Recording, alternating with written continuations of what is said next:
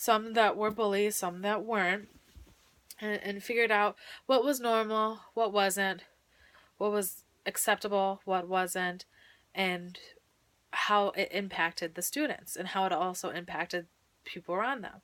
And then from there, you created a program where the students would accept the program. It wasn't something that they were being lectured on, but they accepted the program, and it helped to stop bullying. So that's a way that you went above and beyond. Your typical job description did not include you creating this program. It included you doing administrative duties, but you went above and beyond. You went to workshops to make sure that this program was top notch and that it was successful.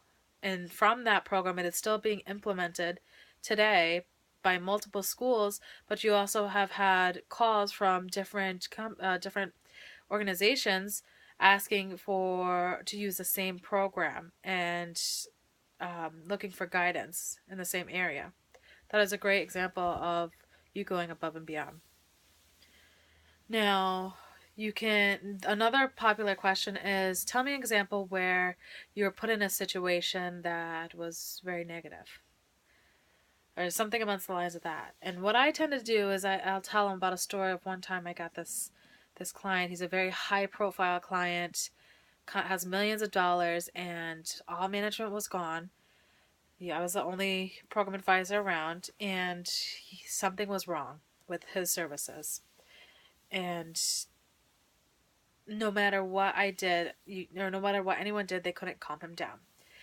And when he came up to me, when I stepped in, and asked him what was going on, I was able to get him from screaming at the top of his lungs, making a big um, scene, to thanking me in the end and being completely content.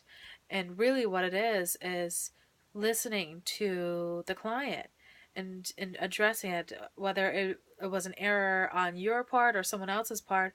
A lot of times they want to be heard. So if you are I showed that I was genuine in my sincerity, that there was an error, that none of the advisors noticed it early on, and I went the extra mile by trying to accommodate a different service or trying to help him out throughout the rest of his stay. And after that conversation, he was ecstatic, and throughout his whole stay, he would come in and check in with me and me only. And he ended up recommending his family to come back there. So he went from the most upsetting moment of his life to the happiest moment of his life, all because I was genuine and listening in on what his displeasure was with that service. That's pretty much all I can think about for right now. We're about 18 minutes in. Let me know if you have any questions. But practice. Think about specific scenarios and write them down. Because when I'm interviewing over the phone, I have them written down. So when they ask a question, I go straight to that moment.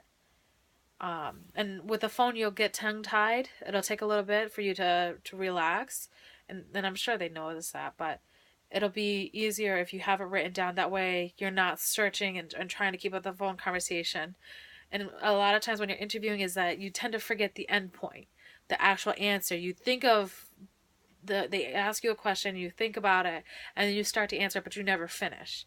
And that's what a lot of people who are not used to interviewing, that's what happens to them.